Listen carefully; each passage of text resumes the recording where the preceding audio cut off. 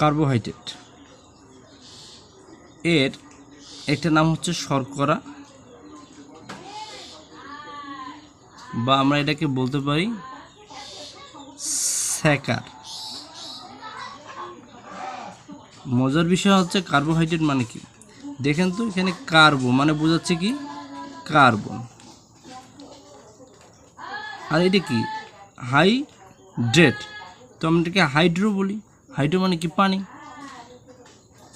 তাহলে H2O। এটাকে যদি আমরা একত্রিত করি, দুইটাকে একত্রিত করলে কি হবে, CH2O। এখন দেখেন তো এদের নিচে কি আছে, কার্বনের নিচে মনে করবেন 1 আছে, হাইড্রোজেনের নিচে 2 আছে, এবং এখানে অক্সিজেনের নিচে 1 আছে। তো এটাকে আমরা একটা সাধারণ সংখ্যা হিসেবে লিখতে পারি এরকম, CnH2nOn।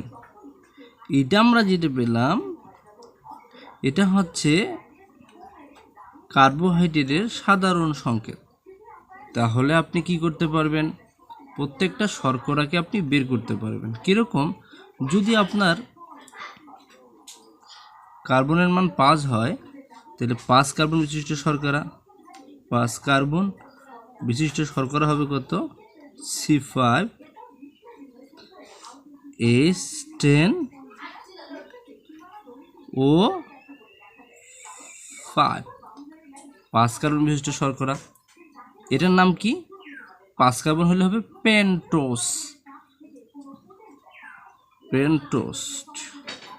এটা বিষয় বলি।